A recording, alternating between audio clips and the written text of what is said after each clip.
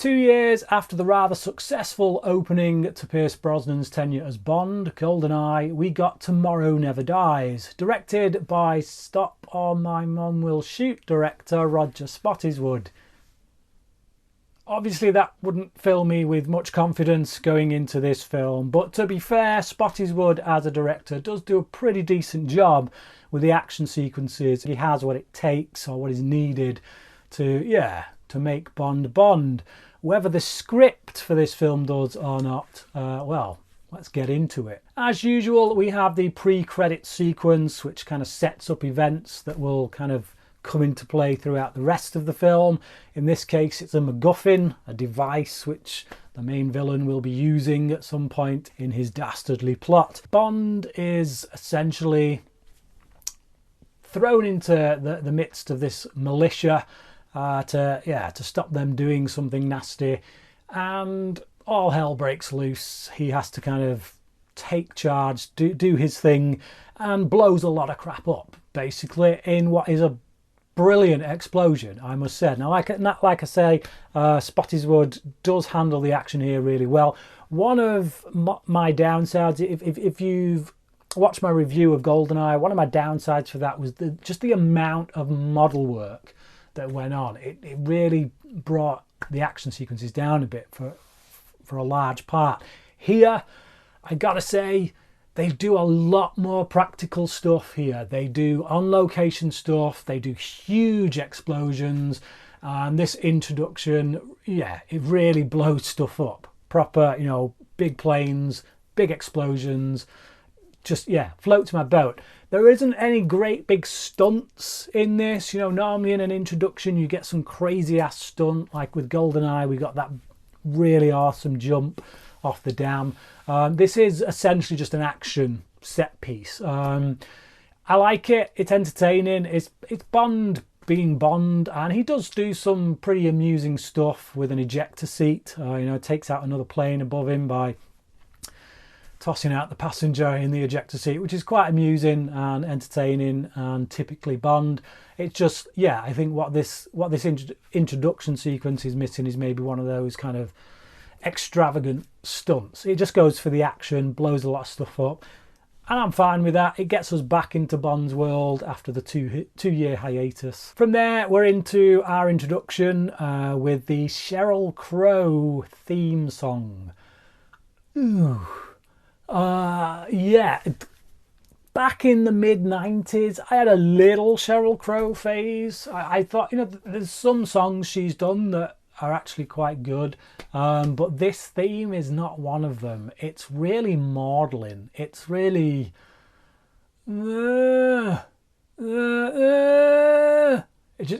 that's how it sounds when she's singing it. It just sounds like someone moaning in pain.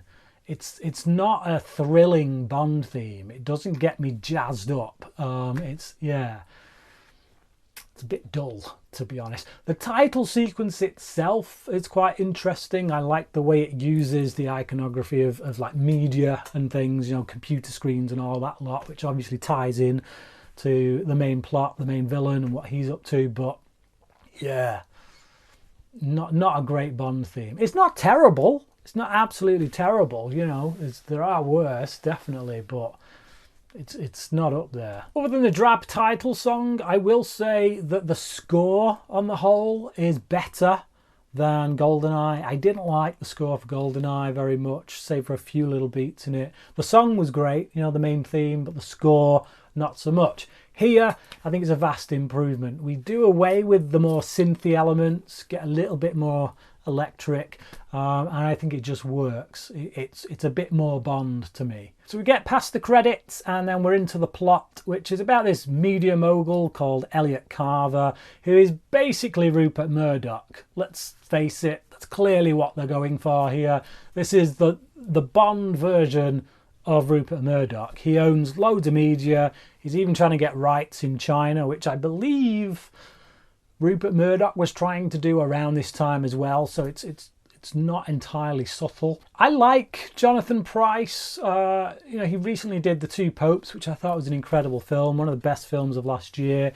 And he's kind of a good fit for this in some ways, but on the whole, it must be said the villains in this are pretty weak, and that's across the board. So obviously Pryce is our main villain. He's the intellectual bad guy, the guy with the plan, the one that ultimately Bond is trying to stop.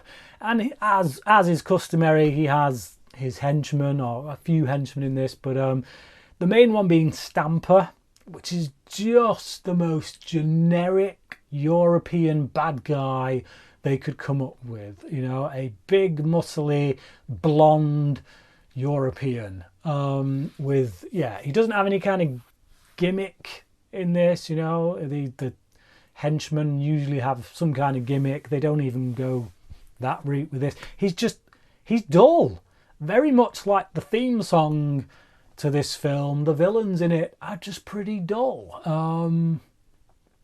Yeah, Stamper just does not interest me at all as a villain. And even when he finally gets a big fight scene with Bond at the end, it's not that great. They're just kind of, because of where they're set, they're on this kind of thing, this construction that's slanted, and it's just awkward. There's nowhere to really fight properly. It's just a bit of a damp squib of a fight scene.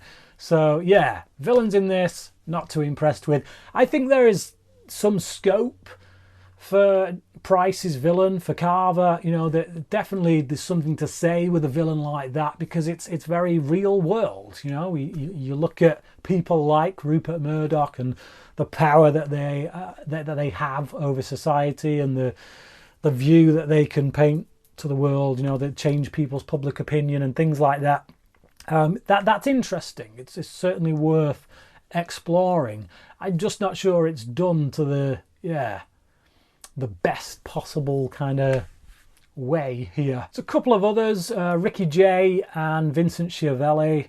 Now, Schiavelli was he's one of those actors in the 90s that you'd see a lot in supporting roles, really small roles in things like Batman Returns, X-Files, things like that.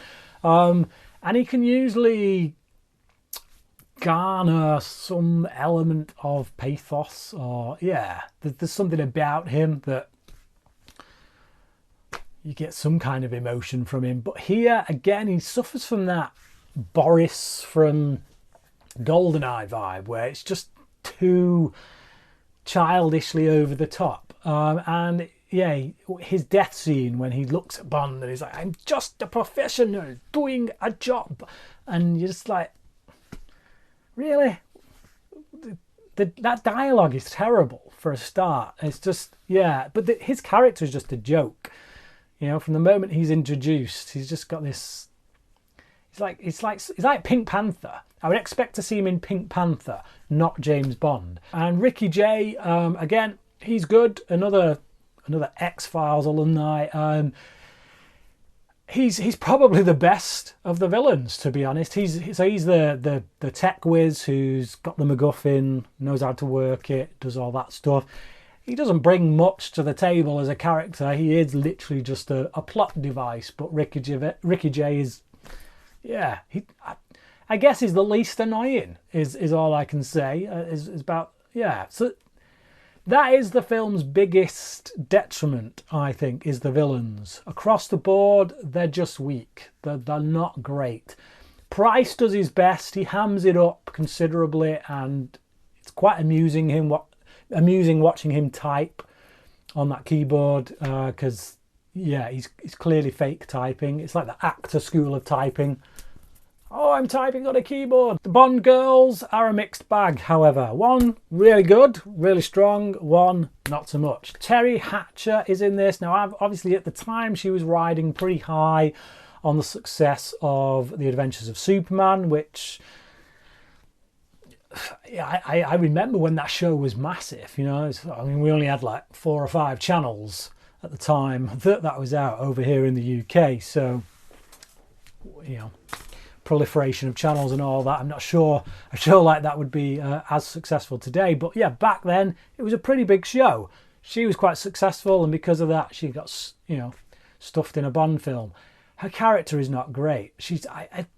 I don't know. There's certain actors, certain actresses that just have that TV vibe about them that they can't escape. A bit like Jennifer Aniston, you know. I look at like the Friends cast. Courtney Cox has been someone who's kind of broken away into other stuff, and I've kind of bought her in film roles. Jennifer Aniston still feels like a TV actor trying to do films to me. And Teri Hatcher has that. She just has that vibe. When she comes on, I feel like she's a TV actress that they've tried to put in a movie. And there's something about her that just isn't working in this film. And the character itself as well, you know, we're supposed to buy that she had this long kind of romantic relationship with Bond, that he really cares about her. We've never heard of her before, you know. There's never been any reference to her in any other Bond films. She's offed pretty early on, you know. She's introduced and then a few scenes later, you know, she doesn't do much. She helps Bond once and then she's offed, and it's like, I don't really care, you know. Like, Bond feels really bad for her. It spurs him on to go after Carver. We're supposed to buy that, you know, the stakes between him and Carver because of the loss of this woman, but she's a woman we don't care about. However, Michelle Yeoh, she plays this Chinese agent, basically the Chinese equivalent of Bond, and I do like. You know, there was much talk a few years back of Halle Berry's character from Die Another Day getting her own spin-off movie, which I just think would have been disastrous. Ugh, that would have been awful. However, if there'd have been talk of this character getting a spin-off, I'd have actually been quite up for that. You know, seeing this character in her native China doing the stuff that Bond does, having a spin-off line of films from that angle, I think would have been pretty good. And today it would certainly fly, given that China is one of the biggest film markets in the world. So it's certainly something they could market. But no, Michelle Yeoh does a really good job. I like her. She gives as good as she gets with Bond. She doesn't feel like someone who is, you know, subservient to him, or, you know, for his character, or from the performance side of things. I feel like Michelle Yeoh is Pierce Brosnan's equal, and, you know, certainly more than a physical match with all the kung fu stuff that she's capable of doing. She gets some pretty good action sequences to do in this film as well. So yeah, that is a plus point for me.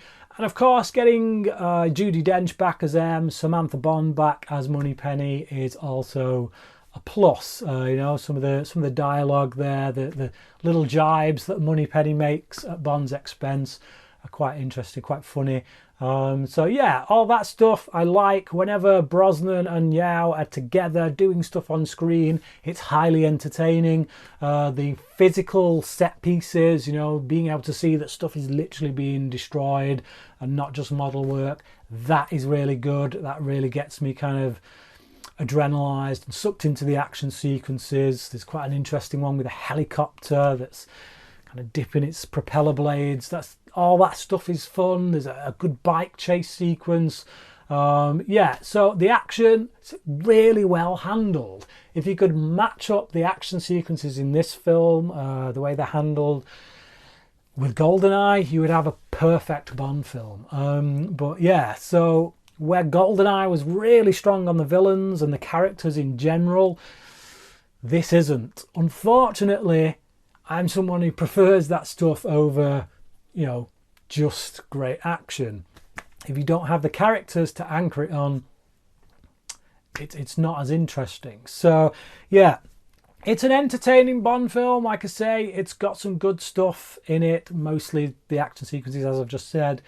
But on the whole, I just wish they'd have given us some stronger villains. At least the central villain. Just yeah, do something more with them. And Stamper, what? No. There's a good car chase, good car sequence when Bond's operating the car by remote control. I thought that was interesting. Although a little bit of again, just stupid writing, I guess. So the villains are trying to get into Bond's car. You know, they're trying to hack their way in and stuff, and it's not working. The glass is, you know, break-proof, shatterproof, whatever. And then when Bond kind of jumps into the car, you know, he controls it kind of gets it to come over, opens the window, jumps in. So they just start shooting at it with guns and all the windows start blowing out. Why didn't they just do that to begin with if they wanted to get in the car? So stupid things like that, silly niggles in the script. I'm going to give this a 3 out of 5 because when I go back and I revisit Bond films, I do still always watch this one, you know, and I'm watching them in order. It's one that I do enjoy putting on, but it's more background noise than anything. Like I say, some decent sequences where once they're on, I'm glued to the screen, but just not that big on the character stuff. Save for, as I say, Yeoh's character and a few bits with M and Moneypenny. Beyond that, yeah, that's it. What did you think of Tommorrow Never Dies? Please leave your comments down below. Let me know how you would kind of place it in your Bond ranking or your Pierce Brosnan ranking. And yeah, thank you for watching this video. And until next time, cracking.